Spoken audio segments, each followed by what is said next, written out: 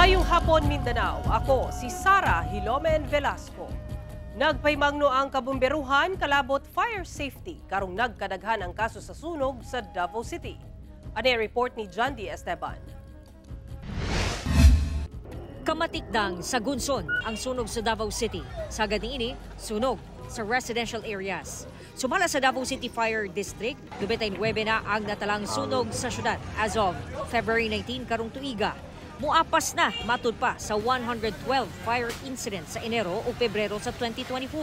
Sa bulan sa Enero ding tuiga, itandi sa nakalabay tuig, 51.55% ang gisaka. Samtang sa Pebrero, kapin 50% sab ang gisaka itandi sa tuig 2024. Residential fires, ang nag-una gid nato na leading cause is kani mga electrical related fires. When we say electrical related fires, apil na dira yung mga naga-overheat na appliances, loose connection, wala na tarong og saksak. And of course, yung mga dilapidated electrical lines nato sa sulod sa Panimalay, nga worn out na, so that would cause short circuit and it would result to fires good. Hinoon bisan residential fire ang sunod-sunod nga sunog ning mga nakalabayng mga adlaw. Sumala sa BFP, ang kadaghanan sa kinatibuk ang kaso sukad mao ang non-structural o mga grass fire. Naka-request sa sab ang Davao City Fire District sa Davao City Water District nga magbutang og fire hydrants at tubangan sa mga fire station. Ginapaabot na lang sab daw nila ang tubag sa ilang mga request alang sa dugang fire trucks ug equipment. Usasab sa hagit sa BFP, mao ang kakulang sa manpower. Dako kay tabang sa mua ang presence sa atong mga volunteer groups.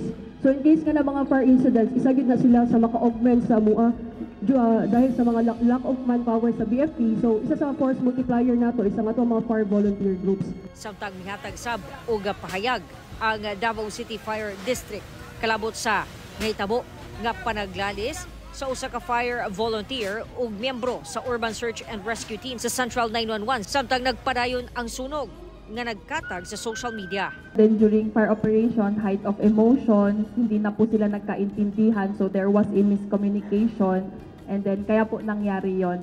But it was called out immediately naman din po. No? Giklaro sab nila nga usa lang kini ka isolated case. An isolated case, hindi naman po siya laging nangyayari, no? So as much as possible, as members of the Bureau of Fire Protection, we stand as the ground commander. As much as possible, we really make ways to avoid such incidents kasi nakakahamper po talaga siya sa operations, no?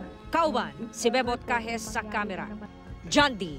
Esteban, 1 Mindanao.